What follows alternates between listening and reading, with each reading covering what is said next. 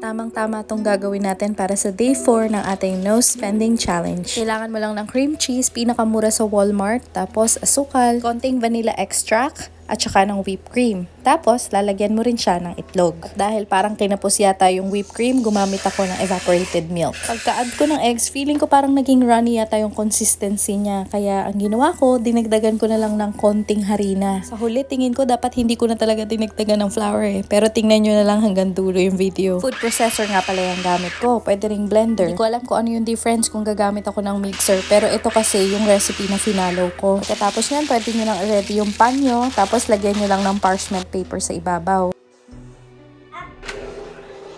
It's delicious. Wow. It's delicious. Tatap nyo lang ng konti para mawala yung bubbles. Tapos, lagay lang sa oven sa 450 degrees for 40 to 45 minutes.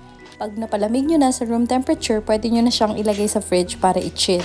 Dapat talaga medyo wiggly pa yung gitna niya pag nilagay ko siya sa fridge. Pero dito, nakita ko na medyo stable na siya agad-agad. Yung harina talaga yung salarin. Pero ito, ipa-taste test na natin.